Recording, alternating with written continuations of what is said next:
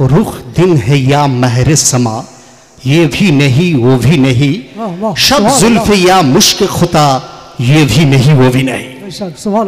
সেই নবী রাসূলের উপরে কোটি কোটি দরুদ ও সালামের ধারা বর্ষিত হোক, যে নবী মুস্তাফার দেওয়ার ক্ষমতা উম্মতকে যে প্রদান করেন, এই প্রদান ক্ষমতা দেখার পর, বলার পর, বোঝার পর, জানার পর সারা বিশ্বের সমস্ত মুসলমান জগতের সামনে চতুর্দশ শতকের মুজাদ্দিদ 1400 কিতাবের লেখক আলা হযরত ইমাম ইশকে মুহাব্বত মুজাদ্দিদে দ্বীন ও মিল্লাত তিনি ইরশাদ করছেন, ইয়া রাসূলুল্লাহ ইয়া হাবিবাল্লাহ, कौन देता है देने को मुंह चाहिए, देने वाला है सच्चा हमारा नबी। সেই নবী রাসূলের উপরে কোটি কোটি দরুদ ও সালামের ধারা বর্ষিত হোক, যে নবী মুস্তাফা সাল্লাল্লাহু আলাইহি সাল্লাম আমাদের এখানে হাজির হওয়া সেটাও তিনি জানতে পারছেন, এবং কে হাজির আছেন তার পুরো ডিটেলস বায়োডাটা আমার মুস্তাফা তিনি জানতে পারছেন। তো আমার মুস্তাফার এই জানার ক্ষমতা, বোঝার ক্ষমতা, লেখার পর সারা বিশ্বের সামনে মেসেজ দিলেন চতুর্দশ শতকের মুজাদ্দিদ আলা হযরত। এইভাবে তিনি বললেন, वल्लाह वो सुन लेंगे फरियाद को पहुंचेंगे, इतना भी है कोई जो आह करे दिल से। सुभान अल्लाह, सुभान अल्लाह। সেই নবী রাসূলের উপরে কোটি কোটি দরুদ ও সালামের ধারা বর্ষিত হোক, যে নবী মুস্তাফা সাল্লাল্লাহু তাআলা আলাইহি ওয়াসাল্লাম কাল কিয়ামতের মাঠে রব্বুল আলামিনের প্রদত্ত ক্ষমতায় একবার ইশারা করবেন, হাজার হাজার মানুষ তারা জান্নাতে পৌঁছে যাবে। সুবহানাল্লাহ, সুবহানাল্লাহ। আর এই ক্ষমতা দেখার পর, এই ক্ষমতা বোঝার পর চতুর্দশ শতকের মুজাদ্দিদ আলা হযরত তিনি বলেন, ইয়া রাসূলুল্লাহ ইয়া হাবিবাল্লাহ, আপনার শান তো এটাই যে কাল কিয়ামতের মাঠে আপনার শান আল্লাহ দেখাবেন। সুবহানাল্লাহ। সেই নবী রাসূলের উপরে কোটি কোটি দরুদ ও সালামের ধারা বর্ষিত হোক, যে নবী মুস্তাফা সাল্লাল্লাহু তাআলা আলাইহি ওয়াসাল্লামের আগমনে আপনার আগমন, আমার আগমন, সারা বিশ্বের সমস্ত সৃষ্টি জগতের আগমন, সমস্ত সৃষ্টি জগতে এসেছে যে নবী মুস্তাফার ওসিলাতে। চতুর্দশ শতকের মুজাদ্দিদ আলা হযরত আজিমুল মারতাবাত মুজাদ্দিদে দ্বীনে মিল্লাত তিনি ইরশাদ করেন, ইয়া রাসূলুল্লাহ ইয়া হাবিবাল্লাহ, আপনার শান তো এটাই, वो जो ना थे कुछ ना था, वो जो ना हो कुछ ना हो, जान है वो जान की जान है तो जहान है। नारा तकबीर, नारा तकबीर, नारा रिसालत, मसलक आला हज़रत। সেই নবী রাসূলের উপরে কোটি কোটি দরুদ ও সালামের ধারা বর্ষিত হোক, যে নবী মুস্তাফা সাল্লাল্লাহু তাআলা আলাইহি ওয়াসাল্লাম সর্বসময় তিনি জীবিত, আগেও জীবিত, আজকেও জীবিত, কিয়ামতের সকাল পর্যন্ত জীবিত। আমার মুস্তাফার জীবিত হওয়া কোরআন ঘোষণা করে, আমার মুস্তাফার জীবিত হওয়া বুখারী ঘোষণা করেছে, আমার মুস্তাফার জীবিত হওয়া মুসলিম ঘোষণা করেছে, আমার মুস্তাফার জীবিত হওয়া তিরমিজি, নেসাই, প্রত্যেকটি হাদিস সেখানের মধ্যে বর্ণিত রয়েছে এটাই যে আমার মুস্তাফা তিনি জীবিত রয়েছেন। আর এই হাদিসকে পড়ার পর, এই হাদিসকে বোঝার পর চতুর্দশ শতকের মুজাদ্দিদ আলা হযরত ইমাম ইশকে মুহাব্বত মুজাদ্দিদে দ্বীন মিল্লাত the son of Naki Ali Khan, who wrote 1400 book, named Ahmad Raza Khan, said that Ya Rasulallah, तू जिंदा है वल्लाह, तू जिंदा है वल्लाह, मेरी चश्मे आलम से छिप जाने वाले। सुभान अल्लाह, सुभान अल्लाह। সেই নবী রাসূলের উপরে কোটি কোটি দরুদ ও সালামের ধারা বর্ষিত হোক, যে নবী মুস্তাফা সাল্লাল্লাহু তাআলা আলাইহি ওয়াসাল্লাম তিনি সমস্ত মুমিনকে সহযোগিতা করেন, যার ওসিলাতে সারা বিশ্বের লোক পেয়ে থাকে। খোদার কসম, আপনি রুজি পেয়ে থাকেন আমার মুস্তাফার ওসিলাতে, আমি রুজি পেয়ে থাকি আমার মুস্তাফার ওসিলাতে, মা বোনেরা রুজি পেয়ে থাকেন আমার মুস্তাফার ওসিলাতে, সমস্ত কীট পতঙ্গ রুজি পেয়ে থাকেন নবী মুস্তাফার ওসিলাতে। আর এই মুস্তাফার ক্ষমতা দেখার পর, আল্লাহর প্রদত্ত ক্ষমতা মুস্তাফাকে আল্লাহ রাব্বুল আলামিন প্রদান করেছেন, এটা দেখার পর the greatest person in 20th century who wrote 1400 book named Ahmad Raza Khan said that या रसूलल्लाह या हबीब अल्लाह, मैं तो मालिक ही कहूंगा क्योंकि हो मालिक के हबीब, यानी महबूब व मुहिब में नहीं मेरा तेरा। সেই নবী রাসূলের উপরে কোটি কোটি দরুদ ও সালামের ধারা বর্ষিত হোক যে নবী মুস্তাফা গায়েবের সংবাদ জানেন, গায়েবের সংবাদ দিতে পারেন, গায়েবের সংবাদ কালকেও দিয়েছিলেন কিয়ামতের সকাল পর্যন্ত কি হবে সমস্ত খবর আলা হযরত তিনি দিয়ে দিয়েছেন। মানে আমার আলা হযরতের প্রিয় রাসূল, আমাদের প্রিয় নবী, আমাদের আকা মাওলা তিনি দিয়ে দিয়েছিলেন। তো রাসূলে পাক সাহেবে লাউলাকে এই দেওয়ার ক্ষমতা এবং গায়েবের সংবাদ দেওয়ার ক্ষমতা দেখার পর চতুর্দশ শতকের মুজাদ্দিদ আলা হযরত আজিমুল মারতাবাত মুজাদ্দিদ দ্বীন মিল্লাত তিনি ইরশাদ করেন, ইয়া রাসূলুল্লাহ ইয়া হাবিবাল্লাহ और कोई गायब किया तुमसे नहा हो भला जब ना खुदा ही छुपा तुम पे करो दरूद। তাহলে আপনারা বুঝতে পেরে গেলেন আমার মুস্তাফার শান আলা হযরত কি করে বর্ণনা দিয়েছেন। বাস এরপরে আপনাদের সম্মুখে আমি চলে আসছি বিষয় সম্বন্ধে, যে বিষয় সম্বন্ধে আজকে আলোচনা হবে সেই এবং যে বিষয় সম্বন্ধে শিরোনাম দেওয়া হয়েছিল মাসলাকে আলা হযরত কি, এই সম্বন্ধে কিছু কথা বলে খুব তাড়াতাড়ি আপনাদের সম্মুখে বিদায় নেব। একবার ভক্তি ভরে উচ্চ স্বরে একবার দরুদ শরীফে নজরানা পেশ করুন। আল্লাহুম্মা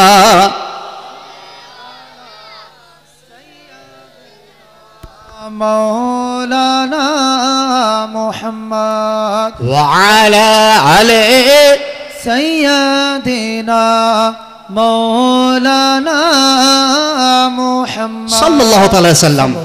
মাসলাকে আলা হযরত কি, হোয়াট ইজ দ্য মাসলাকে আলা হযরত, হোয়াটস দ্য ডিফাইন অফ মাসলাকে আলা হযরত। আপনারা সাধারণ ব্যক্তি, বেশি কিছু আপনারা জানেন না, কিন্তু আপনারা কানে শুনছেন মাসলাকে আলা হযরত। হুজুর এটা কি জিনিস? আমি বললাম এক কথাই বুঝুন, দুধকে দুধ আর পানিকে পানি যেটা বুঝিয়ে দেয় তাকে মাসলাকে আলা হযরত বলা হয়। সুবহানাল্লাহ সুবহানাল্লাহ। দুধ কোনটা, পানি কোনটা, যা পরিচয়টা যার মাধ্যমে পেয়ে যায় তিনি মাসলাকে আলা হযরত। আপনি বলেন মাওলানা সাহেব কিভাবে আরো মানে সহজ করে দেন। আমি বললাম দেখুন, এক ধরনের লোক তারা দুধের মধ্যে পানি মিশিয়ে বিক্রয় করে দেয়, আপনিও ক্রয় করেন আমিও ক্রয় করি, কিন্তু আমার মধ্যে সেই পাওয়ার নাই যে দুধের পরিমাণ কতটা আছে, পানির পরিমাণ কতটা আছে আমরা বুঝতে পারি না। একদল লোক তারা মধুর মধ্যে গুড় মিশিয়ে বিক্রয় করে, আপনিও জানতে পারেন না আমিও জানতে পারি না, আমরা ক্রয় করে নিয়ে চলে আসি। তো যদি আপনি জানতে পারতেন তাহলে আপনাকে বলা হতো ইন্টালেকচুয়াল পারসন। যদি আপনি জানতে পারতেন যে দুধের পরিমাণ কতটা, পানির পরিমাণ কতটা, মধুর পরিমাণ কতটা, তার মধ্যে আপনার চিনির পরিমাণ কতটা, তাহলে আপনাকে ইন্টালেকচুয়াল বা আপনাকে বলা হতো যে পড়ে লিখে আদমি, এডুকেটেড পারসন আপনাকে বলা হতো। তো আমরা বুঝতে পারি না, এডুকেটেড পারসন সে বলে দেয় দুধ আছে 500, তার মধ্যে 100 গ্রাম পানি মিশানো রয়েছে। আমি বললাম ইন্টালেকচুয়াল বললো কি দ্বারা? আপনি বললেন মাওলানা সাহাব তিনি বললেন এইভাবে, কারণ তার মধ্যে অভিজ্ঞতা আছে, হি হ্যাজ অ্যান এক্সপিরিয়েন্স, তার মধ্যে এক্সপিরিয়েন্স আছে। আমি বললাম ঠিক আছে, এক্সপিরিয়েন্স যখন আছে বলতে পারলেন, তো এক্সপিরিয়েন্সটা কি? শরিয়াতের দৃষ্টিতে বাতিলকে বাতিল আর হককে হক, সঠিককে সঠিক আর বাতিলকে বাতিল যেটা বলিয়ে দেয় সেই এক্সপিরিয়েন্সের নামই মাসলাকে আলা হযরত। তাহলে আপনাদের বুঝতে অসুবিধা হলো না। এরপর উদাহরণ দিকে যাই, মাওলানা সাহেব মাসলাকে আলা হযরতের মধ্যে আমরা চলে এলে আমাদের উপকার হবে কি, উপকার হবে কি? আমি বললাম একটা সুরখিয়া হেডলাইন এটাই যে আজকের দিনে সঠিক রাস্তার নাম মাসলাকে আলা হযরত। সুরখিয়া হেডলাইন হলো এটাই, আজকের দিনে বাঁচার সঠিক রাস্তা, জান্নাতে যাওয়ার সঠিক রাস্তা, তাকে মাসলাকে আলা হযরত বলা হয়। এরপর আপনি বলবেন ডিসকাস করে দেন। আমি বললাম আমি স্টেজে বসে আছি, হঠাৎ পিছনে যদি মিউ মিউ আওয়াজ আসে তো আমি সঙ্গে সঙ্গে বলি যে একটা বিড়াল এখানে ডাকছে। যদি কোনো ঘেউ ঘেউ আওয়াজ আসে তা আমি বললো কুকুর ডাকছে। যদি আপনার কোনো ঢেঁচু ঢেঁচু আওয়াজ আসে আমি বললো ঘোড়া ডাকছে। তাহলে দেখুন প্রত্যেকটা পশুর আওয়াজ আমার নখ দর্পণে। আমি জানি, I have an experience to know the sound of various animals. প্রত্যেকটা মানে পশুর আওয়াজ আমি জানতে পারি। আশ্চর্যের বিষয়, এই দাড়ি টুপি লেবাস পরিয়ে অনেক মানুষ আপনাদের সম্মুখে চলে আসে। একদল লোক তারাও আসে ইসলামের কথা বলে, একদল লোক তারাও ইসলামের কথা বলে, একদল লোক যখন ওয়াজ করে তারা মুখ খোলার পর এটা বলতে থাকে कि आज की तारीख में रसूल को मानना हमारे लिए हराम है। और एकदल लोग आम्रा एटा बोली कि वही रब है जिसने तुझको हम तन कनम बनाया, हमें भीख मांगने को तेरा रास्ता बताया। एकदल लोग तादेरके आपनि स्टेजे जायगा देन, जायगा देवार पर এই স্টেজে ওঠার পর তারা বলে যে এইটা জায়েজ নয়, তারা বলে নবী মার্কার মিট্টি में मिल गए। আবার ওই স্টেজে আমি যখন ওয়াজ করি আমি বলি যে तू जिंदा है वल्लाह, तू जिंदा है वल्लाह, मेरी चश्मे आलम से छुप जाने वाला। একদল লোক তারা এটা বলে এই স্টেজে ওঠার পর, বলে নবী তো মরে গেছে, নবী তো চলে গেছে, নাউজুবিল্লাহ। আবার আমরা বলি যে अल्लाह की सरतबा कदम शान है ये, इंसान है इंसानो, इंसान है ये, कुरान तो इमाम बताते हैं इन्हें, ईमान ये कहता है मेरी जान है ये। একদল লোক ওয়াজ করতে আসে, আসার পর তারা বলে যে জানো পীর মানার প্রয়োজন নাই, বুজুর্গ মানার প্রয়োজন নাই। আর আমরা বলি হ্যাঁ হ্যাঁ, পীরের মধ্যে যদি চারটে শর্ত থেকে যায় সেই পীরের মাধ্যমে রাসূলুল্লাহর কাছে পৌঁছানো যায়, রাসূলুল্লাহর দরবারে পৌঁছানো যায়। তাহলে স্টেজ একই, বক্তা আলাদা, এই পার্থক্য করবেন কি করে? যেমন দুধ থেকে পানির পার্থক্য এক্সপিরিয়েন্স বলে দিয়েছিল, চিনি থেকে মধুর পার্থক্যের কথা এক্সপিরিয়েন্স বলে দিয়েছিল। কোন মৌলবি আপনার আর কোন মৌলবি আমার, কোন মৌলবি আপনার নয় আর কোন মৌলবি আপনার, এই পার্থক্যটা যে বলে দেয় তাকে মাসলাকে আলা হযরত বলা হয়। সুবহানাল্লাহ সুবহানাল্লাহ, বুঝতে পেরেছেন আপনারা? এরপর আপনি বলবেন মাওলানা সাহেব আমরা সাধারণ ব্যক্তি, সাধারণ মানুষ, কোন দিকে যাব? What is the statue? Please give us some symbols. কিছু কথা আপনি বলুন সিম্বল, যে যার দ্বারা আমরা বুঝতে পারি যে এই রাস্তায় সঠিক রাস্তা, যার দ্বারা আমরা এটা বুঝতে পারি মাসলাকে আলা হযরত হচ্ছে সঠিক জায়গা, যার দ্বারা আমরা এটা বুঝতে পারি যে মাসলাকে আলা হযরতের তাহাতে এলি জান্নাতে যাওয়া যেতে পারে, যার দ্বারা আমরা এটা বুঝতে পারি মাসলাকে আলা হযরত হচ্ছে এমন একটা জিনিস যে দুধকে দুধ আর পানিকে পানি করে দেয়, তার নাম মাসলাকে আলা হযরত। আমি বললাম এরপর বোঝার চেষ্টা করুন।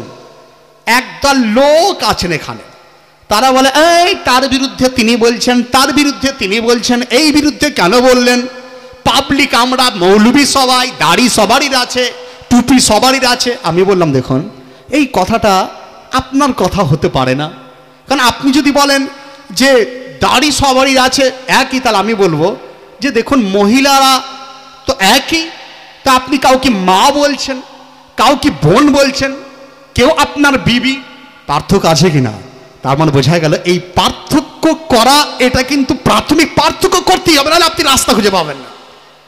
আপনি বলবেন মাওলানা সাহেব পার্থক্যের কথা আপনি বললেন, একটা দুটো উদাহরণ দিয়ে বলে যান। কিছু লোক বলে যে আপনারা স্টেজে ওঠার পর তার বিরুদ্ধে বলছেন। আমি বললাম আচ্ছা আমরা নামাজ পড়তে যাই, নামাজ পড়তে গেলাম, ইমাম সাহেব কিরাত ধরেছে তাব্বাত ইয়াদা আবি লাহাবি ওয়া তাব, তার মানে জানেন? ইমাম সাহেব কিরাত করছে সূরা লাহাব পড়ছে, তাব্বাত ইয়াদা আবি লাহাব, অর্থাৎ আবি লাহাবের হাত ধ্বংস হয়ে যাক। আপনি নামাজ পড়তে গেছেন না আবি লাহাবের হাত ধ্বংস করতে গেছেন? কি করতে গেছেন? আপনি নামাজ পড়তে গেছেন তো? কোরআনের সূরা পড়ছেন আপনি, বোঝা গেল আবু লাহাবকে গালি দেওয়ার কথা, আবু লাহাবের হাত ভেঙে দেওয়ার কথা, আবু লাহাবের বিরোধিতা করার কথা কোরআন আমাদেরকে শিক্ষা দিচ্ছে। বোঝার চেষ্টা করবেন। একদম যদি বুঝতে না পারেন কালকে বলবেন আরে জালসা হলো শুধু এর বিরুদ্ধে তার, তার বিরুদ্ধে তার, শুধু ইন্ট্রোডাকশন আধ ঘন্টা থেকে পৌনে এক ঘন্টা আমার সময় বুঝলেন, তার মধ্যে 20 মিনিট পরে পারি হয়ে গেল। অর্থাৎ বোঝার দায়িত্ব আপনাদের। তাহলে তাব্বাত ইয়াদা আবি লাহাবি ওয়া তাব, মাওলানা সাহেব নামাজ পড়তে এসেছি, আপনি এই কিরাত করবেন না। আল্লাহু আকবার, আল্লাহু আকবার, ইয়া রাসূলুল্লাহ, ইয়া রাসূলুল্লাহ, জিন্দাবাদ জিন্দাবাদ জিন্দাবাদ, মুফতি বাঙ্গাল জিন্দাবাদ। মাশাআল্লাহ, দেখুন মুফতি সাহেব চলে আসছেন হ্যাঁ, মুফতি নাইমুদ্দিন সাহেব, আলহামদুলিল্লাহ আমি ওনাকে ব্যাপার হচ্ছে হক কথা বলার জন্য বললাম। আজকের দিনেও দেখছেন বয়স দেখুন, খালি 7 বছর হয়ে গেলে চলতে পারি না, 75 বছর বয়সে উনি যা ভুট্টা ভাজছেন এখনো, বুঝলেন? আমার মনে হয় আমরা পারবো কিনা সন্দেহ আছে, বুঝলেন? হুজুর বসুন। তো উনি এখনো পর্যন্ত বললেন বাতিল যদি জানে যে মুফতি নিয়ামুদ্দিন সাহেব চলে আসছে, তারা রাস্তাটা জলসা স্টেজে না নিয়ে এসে অন্যদিকে ঘুরে চলে যায়। তো মুফতি নিয়ামুদ্দিন সাহেব আর কাউকে ছেড়ে কথা বলেন না। আজ গোটা পশ্চিমবঙ্গের বুকে যেমন শুনলেন আলাউদ্দিন জিহাদের বিরুদ্ধে, আলহামদুলিল্লাহ আমরা সকলেই আমরা চাই যে পশ্চিমবঙ্গে যে আলিমরা রয়েছে আমাদের মধ্যে কিছু কমি আলহামদুলিল্লাহ নাই। মাসলেকে আলা হযরত আপনি তার কাছে কেন শুনবেন? আমিও বাংলাদেশ গেছিলাম, অক্টোবর মাসের 3 তারিখে প্রোগ্রাম ছিল বাংলাদেশের বিরাট জায়গাতে, বললেন একটা জায়গাতে লালমনিরহাট। তো এত লোক নজর আসছিল না, তো ওখানে ওই একই কথা বলে, মুফতি সাহেব জানেন আমাদের বাংলাদেশ 2 ভাগে ডিভাইড। আমাদের কি বলে, একটা বালাকোটি আর একটা আহলে সুন্নাতুল জামাত। আমাদের বালাকোটি কারা? বলে বালাকোটিদের লিডার হচ্ছে আলাউদ্দিন জিহাদি। তো আমি ওখানে শুনেছিলাম, তার মানে বালাকুটি মানে আগে সমস্ত ব্যাখ্যা আপনারা শুনলেন, আমি আর রিপিট করছি না। তার মানে তার সঙ্গে ওহাবির সংযোগ রয়েছে। আর যেমন এটা রদ করা প্রয়োজন, পশ্চিমবঙ্গের যেটা আমার সিনার উপরে কিলের মতো গিরে দেওয়া হয়েছে, যে মৌলবীরা সাইন করেছে সুন্নি বলে, দারুল হুদার উপর আপনার বিরোধিতা করা প্রয়োজন রয়েছে। কারণ সোলে করলে আজ বলে লোকেরা আমাকে প্রশ্ন করে যে আপনার ওই মুফতি সাহেব বলছে, ও বলছে সুন্নি। আলহামদুলিল্লাহ আমার কাছে দলিল আছে, বললেন অম্বর লেগে যাবে।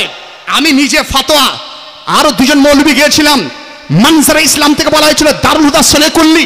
হুজুর তাজুস শরিয়া তখন বাহায়াতে ছিলেন, তিনি বলতেন সোলে কুল্লি ইদারা।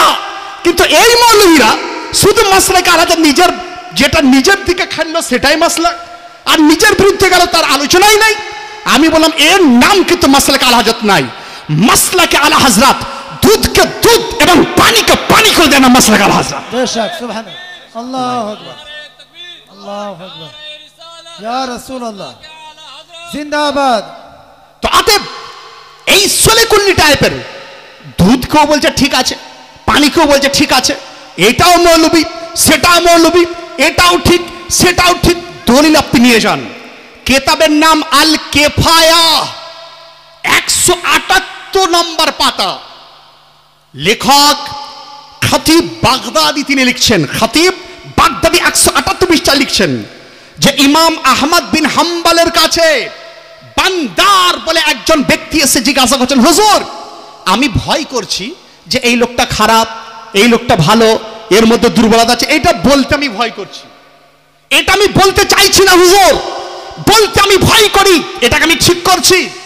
তো আমার ইমাম আহমদ বিন হাম্বল উত্তর দিয়েছিলেন, বই আমার কাছে স্ক্রিনশট এখনো মজুদ আছে, বললেন তিনি বলেছিলেন যে আনতা সাকাত্তা ওয়া আনা সাকাত ওয়া সাকাততু আনা ফাকাইফা ইয়ারিফুল জাহিলু আস-সাহিহা মিনাস সাকিম।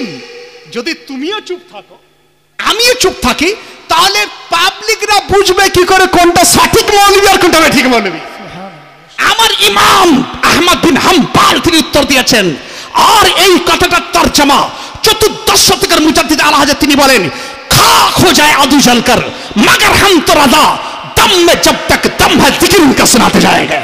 नाराए तकबीर, नाराए रिसालत, नाराए रिसालत, मसला के आला हजरत मुनाजिर अहले सुन्नत हजरत अल्लामा मौलाना मुफ्ती नूरुल आरिफीन अंसारी साहब क़िबला। नाराए तकबीर, नाराए रिसालत। तो मसला के आला हजरत হচ্ছে স্ট্রেট ওয়ে, मसला के आला हजरत is the straight way to জান্নাত। জান্নাতে যার সঠিক রাস্তার নাম মসলা কে আলা হজরত। বোঝার চেষ্টা করুন কেন সঠিক। আপনি বলবেন একটা দলিল দিয়ে যান, হুজুর বসে আছেন, বেশি টাইম নিতে চাইছি না। আমাদের আকীদার মধ্যে একটা আকীদা আমার মুস্তাফা জিন্দা নবী। কি আকীদা হুজুর? জিন্দা নবী। আপনি বলেন হুজুর তাহলে তারা বলছে মূর্তি, আমি বললাম তাদের কথা বাতিল। মাসলাকে আলা হযরত হচ্ছে এটাই, হুজুর জিন্দা নবী, হায়াতুন নবী। দলিল এপার নিয়ে যান, কোরআন শরীফ সূরা বাকারার মধ্যে আল্লাহ ইরশাদ করেন, ওয়ালা তাকুলু লিমান ইখতালু ফি সাবিলিল্লাহি আমওয়াত। এর ব্যাখ্যা পরীক্ষা এইটাই যে রাসূলুল্লাহর সঙ্গে যারা জিহাদে গিয়ে শহীদ হয়ে যায় তাদেরকে মুর্দা বলো না। মুস্তাফার সঙ্গে যাওয়ার পর কিংবা কোন জিহাদে যাওয়ার পর যদি কেউ শহীদ হয়ে যায় তাকে মুর্দা বলা চলে না, আর যিনি লিডার হয়ে যান তাকে মুর্দা কি করে বলা চলে? মুস্তাফা জিন্দা নবী। তাহলে কোরআন থেকে 1 নম্বর দলিল। 2 নম্বর দলিল যেটা ওয়াহাবি মার্কা মৌলবী ইবনে কাইয়ুম জাওজি তার কিতাব জালাউল ইফহামের মধ্যে লিখে রেখেছে। আমি যখন মদিনা শরীফে গিয়েছিলাম আমার উপরে টর্চার, কারণ আমি বলেছিলাম রাসূলুল্লাহ জিন্দা। তো সেখানকার মৌলবীরা আমাকে কাট গড়াই মানে একদম গেটের কাছে 4-5টা মৌলবী সামনে দাঁড় করেছিল। বলে মাযা তাকুল আনতা, তুম क्या कहते हो? তো আমি বললাম हमारे नबी जिंदा है, नबी उना हाय्युन। বলে আরিনি দলিল, দলিল পেশ করো। তো আমি বললাম আমার দলিল তো অনেক, তোমাদের কিতাব, তোমাদের ইমাম, তোমাদের লেখা ইবনে কাইয়ুম জাওজি তার কিতাব জালালুল ইফহামের মধ্যে রেখেছে ইন্নাল্লাহা হারামা আলাল আরদি আন তাকুলা আজসাদাল আম্বিয়া ফানাবিয়ুল্লাহি হাইয়ুন ইউরযাক। সে তার কিতাবে এই হাদিস নকল করেছে যে অবশ্যই অবশ্যই এই জমিন তার জন্য হারাম। নবীদের বডিকে খাওয়া তো দূরের কথা, স্পর্শ সে করতে পারে না। বোঝা গেল হাদিসও আমাকে প্রমাণ করিয়ে দেয় যে নবী জিন্দা নবী। সিয়াসিত হাদিস। তারপরে সমস্ত আউলিয়ায়ে কেরাম তারা বলছেন জিন্দা। রাসূলুল্লাহর ঘরানা হযরত সাইয়্যিদুনা জাইনুল আবেদিন যখন উনাকে দামেস্কের এলাকাতে বন্দী করে রাখা হয়েছিল, তো সেখান থেকে তিনি একটা নাত লিখেছিলেন রাসূলুল্লাহর ঘরানা। হযরত জাইনুল আবেদিনের আব্বাজান হযরত ইমাম হুসাইন, ইমাম হুসাইনের আব্বাজান হযরত শেরে খোদা, আর উনার হযরত ইমাম হুসাইনের নানা জান আমার রাসূলুল্লাহ সাল্লাল্লাহু আলাইহি ওয়াসাল্লাম। তো জাইনুল আবেদিন একটা নাত লিখেছিলেন কি ইন্নাল তিয়া রিহাস সাবা ইয়াওমান ইলা আরদিল হারাম বাল্লিগ সালামি রাউদাতান ফিহা নবিয়ুল মুহতারাম। সুবহানাল্লাহ। তিনি লিখেছেন হে প্রভাতের হাওয়া, তুমি যেতে যেতে মদিনায় চলে যাও। মদিনা শরীফে আমার মুস্তাফা তিনি আরাম তিনি করছেন। বোঝা গেল নবীকে জিন্দা বলা সাহাবীদের আকীদা। একজন সাহাবী যিনি নবীকে জিন্দা বলার দলিল অনেক আছে, তার মধ্যে সবচেয়ে বেশি যে দলিলটা পেশ করা হয় যার নাম হযরত বেলাল। হযরত বেলাল আমার আকা মাওলা সাল্লাল্লাহু আলাইহি সাল্লামের ওফাতের 40 বছর পর ওনার মাজার শরীফের কাছে এসেছিলেন। আসার পর তিনি মানে এসেছেন কিসের জন্য? একটা আরজি নিয়ে এসেছিলেন। কারণ হযরত ফারুক আজম তিনি পাঠিয়েছিলেন হে বেলাল তুমি যাও রাসূলুল্লাহ দরবারে গিয়ে বলো যে বৃষ্টি যেন আল্লাহ বর্ষণ করেন আপনার ওসিলাতে। তো হযরতে বেলাল তিনি এসেছিলেন। আসার পর সালাম পেশ করেছিলেন আসসালাতু আসসালামু আলাইকা ইয়া রাসূলুল্লাহ। যখনই বলা মাজার শরীফ থেকে উত্তর এসেছিল ওয়া আলাইকা সালাম বেলাল। হযরত বেলালের জন্য উত্তর চলে এসেছিল। বোঝা গেল জবাবের উত্তর বেলাল পেয়েছিলেন। সাহাবীদের আকীদা নবী জিন্দা নবী। আমি মিশরে 2 বছর ছিলাম। তো মিশরে একজন বিখ্যাত তরিকাতের ইমাম যার নাম ইমাম রেফাই রাহমাতুল্লাহ আলাই। এই দেখুন আরেকজন মিশরি আলিম 2 বছর মিশরে কাটিয়ে এসেছে, ইজাজ আহমদ আজহারি। তো উনিও দেখেছেন। আর আপনাদের সামনে আরেকজন আজহারি ছিলেন সহিমউদ্দিন আজহারি সাহাব, সকলেই জানেন ইমাম রেফাই। তো ইমাম রেফাই তার আকীদা আউলিয়ায়ে কেরামের তিনি আউলিয়ায়ে কেরামের সর্দারদের মধ্যে ছিলেন। তিনি বলেন, আর ওনার কথাটা আল্লামা জালালউদ্দিন সিউতি তার কিতাব হাবিলিল ফাতোয়ার মধ্যে নকল করেছেন। আল হাবিলিল ফাতোয়া তার মধ্যে তিনি লিখছেন যে ইমাম রিফাই মদিনা শরীফে হাজির হয়ে গেলেন, আর ওনার সঙ্গে কয়েক হাজার লোক মদিনা শরীফে হাজির ছিল। তো ইমাম রেফাই আসার পর সালাম পেশ করলেন আসসালাতু আসসালামু আলাইকা ইয়া রাসূলুল্লাহ। যখনই সালাম দেওয়া মাজার শরীফ থেকে আওয়াজ এসেছিল ওয়া আলাইকা সালাম ইয়া রিফাই ওয়া আলাইকা। আল্লাহু আকবার আল্লাহু আকবার ইয়া রাসূলুল্লাহ জিন্দাবাদ জিন্দাবাদ জিন্দাবাদ আল্লাহু আকবার। তো ইয়া রিফাই ওয়া আলাইকা সালাম। ইমাম রেফাই তিনি সালাম শুনেছিলেন। ইমাম রেফাই তিনি বলেন ইয়া রাসূলুল্লাহ আরজি ইলতিজা রিকোয়েস্ট। সালামের উত্তর আমি মিশর থেকে শুনতে পেতাম। সালামের উত্তর মিশরের শহর কায়রো থেকেও শুনতে পেতাম। সালামের উত্তর মিশরের আসওয়ান থেকে, মিশরের আলেকজান্দ্রিয়া থেকে, সব জায়গা থেকে শুনতে পেতাম, ইয়া রাসূলুল্লাহ আজকে শুধু শোনা নয়, চোখে দেখতেও চাই, ডাইরেক্ট দেখতে চাই। যখন এই কথা বলা, ওখানকার বর্ণিত লোকেরা বর্ণনা করেন, আর জালালউদ্দিন সুয়ুতী সেটা নকল করেন। কিতাবের নাম আল হাবিলিল ফাতোয়া, তিনি লিখছেন যে যখনই বলা, আমার মুস্তাফার দরবার থেকে দুটো হাত মোবারক বের হয়ে গেছিল, দুটো হাত বেরিয়েছিল। শুধু ইমাম রেফাই নয়, যতজন মদিনা হাজী ছিলেন সকলেই দেখেছিল। আর এই কথা হযরত জালালউদ্দিন সুয়ুতী সারা বিশ্বকে তিনি জানিয়েছিলেন। আবার আমার ইমাম চতুর্দশ শতকের মুজাদ্দিদ আলা হযরত তিনি বর্ণনা করছেন ফাতোয়া রাজাবিয়া শরীফের মধ্যে, তিনি বলছেন হ্যাঁ इमाम रेफाई ने भी देखा था, हमारे गौस ने भी देखा था। তিনি বলছেন গৌসে আজম তিনি দেখেছিলেন। গৌসে পাক যখন মাজারে গিয়েছিলেন, শুধু হাত নয়, রাসূল পাক ওনার সর মুবারকে হাত রেখে দোয়াও তিনি দিয়েছিলেন। তাহলে বুঝতে পারেন আকীদা কোনটা। রবি জিন্দা নবীর এত দলিল আপনি পেয়ে গেলেন, আর আলা হযরত তার নকল তিনি বলছেন যে এইভাবে তিনি বলছেন, ও जो ना थे कुछ ना था, वो जो ना हो कुछ ना हो, जान है वो जहान की जान है तो जहान है। শোনার চেষ্টা করুন। আহলে সুন্নাতুল জামাতের আকীদা আর মাসলাকে আলা হযরত আলোচনা করছি। তাহলে একটা পয়েন্ট, যদি স্টেজে ওঠার পর কেউ বলে নবী মরে গেছে, তার আকীদা কোরআন বিরোধী, হাদিস বিরোধী, আউলিয়াদের বিরোধী। আর যদি কেউ বলে যে নবী জিন্দা, নবী জানবেন, সঠিক কথা সে বলছে, কোরআন হাদিসের মোতাবেক কথা সে বলে দিচ্ছে। অনেক কিছু বলার ছিল, অনেক কিছু আমি আলোচনা করতাম, কিন্তু টাইম আমার সাথ দিচ্ছে না, বুঝলেন। কারণ একজন বুজুর্গ ব্যক্তিকে বসিয়ে রেখে আমার মতে একজন নগণ্য বলবে, এটা কিন্তু দিল গাওয়ারা করছে না। কিন্তু লাস্ট পজিশনে আপনাদের চলে আসি। আজকাল খুব মডার্ন কথা আপনাকে নিয়ে যায়। দেখবেন আজকালকার লোকেরা বলে যে আমি ওকে 10 টাকা দিয়েছি, ওকে দিয়ে আমি ওকে রাজা করে দিয়েছি, 100 টাকা দিয়েছি রাজা করে দিয়েছি। আমি বললাম শোনো, 100 টাকা দিয়ে 10 টাকা দিয়ে তাকে রাজা বলে না, তাকে হিরো বলে না। হিরো তাকেই বলা হয় যে যে গরিব, তাকে পুরো অন্যের ব্যবস্থা যিনি করে দেন তাকে হিরো বলা হয়। আজকে কেউ কেউ বলে মাওলানা সাহেব ভারতের প্রাইম মিনিস্টার চাঁদের মধ্যে খেলনা পাঠাচ্ছে। আমি বললাম খেলনা পাঠানোর নাম সুপারম্যান নয়, চাঁদের মধ্যে খেলনা পাঠানো সুপারম্যান নয়, বরং দুনিয়া থেকে চাঁদকে দ্বিখণ্ডিত করার নাম সুপারম্যান। সুবহানাল্লাহ, সুবহানাল্লাহ। দুনিয়াতে দাঁড়িয়ে লোকের মধ্যে ঝগড়া লাগিয়ে দেওয়া, পশুকে মারা, পশুকে বন্দির মধ্যে রাখা, এটা সুপারম্যান নয়, বরং একজন গাধা, একটি আপনার ঘোড়া কিংবা একটি হরিণকে তার ভাষাকে বুঝে শিকারীর হাত থেকে মুক্তি করে দেওয়ার নাম সুপারম্যান।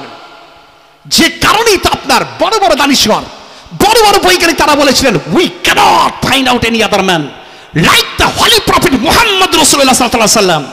আমরা দ্বিতীয় আর মুস্তাফার মতো কাউকে আর দেখতেই পাই না। ফ্রান্সের, আজকে আপনারা ইসরায়েল ফিলিস্তিন শুনছেন, তো ফ্রান্সের একজন ব্যক্তি ইসলাম কবুল, ইসলামকে নিয়ে রিসার্চ করেছিল, যার নাম ডিলা মার্টিন। তো ডিলা মার্টিনকে বলা হলো যে ইসলামকে নিয়ে তুমি কেন এত গবেষণা করছো? সে বললে খোদার কসম, ওই লর্ডের কসম, যে নবী মুস্তাফা খালি চোখে যে কথা বলে গেছেন, আমাদের সেটা রিসার্চ করতে কয়েক বছর সময় লেগে যাচ্ছে। আমার মুস্তাফা তিনি ইরশাদ করেছিলেন, বাথরুমে প্রবেশ করবে বাঁ পায়ে, মসজিদে প্রবেশ করবে ডান পায়ে। মসজিদে প্রবেশ করুন কোন পায়ে? ডান পায়ে। বাথরুমে বাঁ পায়ে। ডিলা মার্টিন বলে শুধু এটা নিয়ে আমি রিসার্চ করেছিলাম, 1 বছর নয়, 2 বছর নয়, 10 বছর নয়, 14 বছর লেগে গিয়েছিল। বললে কেমন রিসার্চ করলেন? বলে রিসার্চ করতে গিয়ে আমি প্রথমে দেখলাম যে ডান পা বাম পা, what is the difference between two, এর দুটোর মধ্যে পার্থক্য কি? আমি ইচ্ছা যে কোনো পা বাড়াতে পারি। আজকে যেমন আপনাদের আমার যুবক ছেলেরা রাস্তায় দাঁড়িয়ে একদম হাতে এইভাবে দিয়ে বোতল দিয়ে দাঁড়িয়ে পানি পান করছে, আপনি বলছেন আমার যেটা ইচ্ছা করতে পারি। চুল কাটছেন, বক ছাপ দিচ্ছেন। আজকে মহিলারা বলছে যা ইচ্ছা তাই করতে পারি, বেপরদার সঙ্গে ঘুরে যাচ্ছে। আমি বললাম যে এইটা মুসলমানের জিন্দেগি নয়, মুসলমানের জিন্দেগি হচ্ছে সেটাই রাসূলুল্লাহর সুন্নাত অনুযায়ী চলা, মাসলাকে আলা হযরতের ছত্রছায়ায় থাকার নামই মুসলমান বলা হয়, তাকেই মুসলমান বলা হয়। তো ডিলা মার্টিন তিনি বলেন 14 বছর গবেষণা করার পর আমি এটা পেলাম যে ডান পায়ে আগে আর বাম পায়ে পিছে থাকার কারণটা যে তিনি বলে গিয়েছিলেন, এর দ্বারা আমি সাকসেস একদম শিওর হয়ে গেলাম যে আজকের দিনে যদি সঠিক বার্তা যদি দিয়ে থাকেন, সঠিক মানুষ যদি বলতে হয়, তিনি মুহাম্মদুর রাসূলুল্লাহ সাল্লাল্লাহু আলাইহি ওয়াসাল্লাম। তো ভাইরা, যাক অনেক টাইম আপনাদের কাছে নিলাম, আপনাদেরকে বোঝানোর চেষ্টা করলাম মাসলাকে আলা হযরত কি। এই বলে আমার সংক্ষিপ্ত এবং আমার আধুরা বক্তব্য এই পর্যন্তই। দেখুন, আমিও একটা পত্রিকা বের করি, পত্রিকাটার নাম সুন্নি দর্পণ। কই সুন্নি দর্পণ পত্রিকা, 40 টাকা মূল্য বললেন। এর মধ্যে একদম পুরো কোনটা দারুল হুদা যে সুন্নি নয় তার কারণ এর মধ্যে তুলে ধরা আছে বললেন। আলাউদ্দিন জিহাদি যে সুন্নি বক্তা নয় তার বিরুদ্ধে এর মধ্যে রয়েছে বললেন। তারপর মহিলাদের অনেক মাসলা থাকে বললেন। মহিলারা, একজন আমাকে ফোন করছে রামপুর থেকে, হুজুর মহিলারা যখন উজু করবে যদি মাথার কাপড় থাকে তো মাসা করবে কি করে, কাপড়ের উপরে না চুলের উপরে? প্রশ্ন বুঝতে পেরেছেন? প্রশ্ন করছে মাসা, মাসা মানে উজু করার সময় মাসা করি কিনা মাথা, তো হুজুর মাসা করবো কি করে, কাপড়ের উপরে না চুলের উপরে? জানেন আপনার উত্তরটা? জানেন উত্তরটা? ওলামায়ে কেরাম জানে। মাসা বুঝতে পেরেছেন? আগে বুঝুন, মাসা বুঝেছেন? মাসা মানে উজু করার সময় যেটা আমরা মাসা করি সেটা মাসা বলা হয়। তো হুজুর মাসা করবো কি করে? তো আমি বললাম, শোনো, এই প্রশ্নটা আমাকে খুবই মানে দিয়েছে, আশ্চর্য করেছে যে এই মাসলাটা আমার মা বোনেরা জানে না। মাসা হচ্ছে এটাই যে আপনি চুলের উপরে মাসা করবেন, কাপড়ের উপরে নয়। তো এই ধরনের বহু মাসলা বলেন এখানে মহিলাদের জন্য খাস করে আপনারা এটা নিতে পারেন যে কিভাবে তারা নামাজ পড়বে, বা মহিলাদের যে সময় আপনার নাপাক অবস্থায় থাকে সেই সময় আহকাম কি আছে, হায়েজ সম্পর্কিত খুঁটিনাটি মাসলা। আমার মনে হয় যে আমার চোখে পড়েনি, বুঝলেন তো, বাংলা ভাষাতে এত মানে মাসলা শুধু হায়েজ সম্পর্কে। তাতে আপনারা যদি মনে করেন বইটা নিতে পারেন মাত্র 40 টাকাতে। আরও অনেক বই আমার রয়েছে, কিন্তু আজকে এই সুন্নি দর্পণ পত্রিকা আপনাদের সম্মুখে। আবার এর মধ্যে আমরা রেখেছি যে বিশ্বব্যাপী ইসলামে বিদ্বেষ ছড়াচ্ছে কারা। আবার লেখা আছে ইমামের পিছনে কেরাত করা চলবে কি চলবে না, এই সম্বন্ধে আপনি এর মধ্যে পেয়ে যাবেন। তো অনুরোধ আপনাদেরকে যে মাত্র 40 টাকা বিনিময়ে আপনারা নিয়ে যাবেন। আমার বক্তব্য আমি এই পর্যন্তই সমাপ্ত করি, কারণ হুজুর রয়েছেন এবং আরও কয়েকজন বক্তা এখানে রয়েছেন, তাদের বক্তব্য আপনারা শ্রবণ করবেন। রাব্বুল আলামিন আমার বলার মধ্যে এবং আপনাদের শোনার মধ্যে যদি কোনো রকম আমার মিস্টেক হয়ে থাকে এবং আমার ভুল